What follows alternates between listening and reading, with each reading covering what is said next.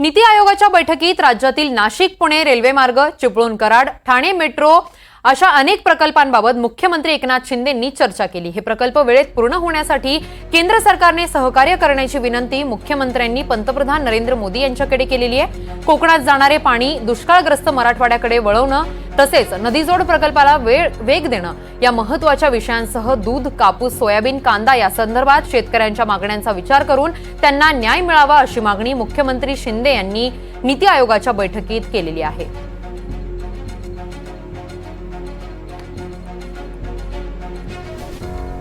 मोदी साहेबांनी देखील सकारात्मक त्याला रिस्पॉन्स दिला आणि तेही म्हणाले की राज्यातला दुष्काळ जिकडे पाणी जास्तीच्या नदीला आहे म्हणजे अंतर्गत नदीजोड प्रकल्प याला देखील प्राधान्य दिलं पाहिजे।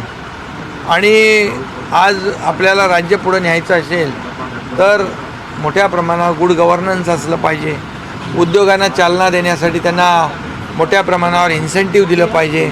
आपलं उद्योगाचं जे काही धोरण आहे म्हणजे आपल्या राज्यासाठीच नाही तर सगळ्यांसाठी त्यांनी उद्योजक आले पाहिजे आणि त्यांना पूर्णपणे ज्या सवलती आहेत त्या सवलती मिळाल्या पाहिजे। तर उद्योग आले तर लोकांच्या हाताला, तरुणांच्या हाताला काम मिळेल।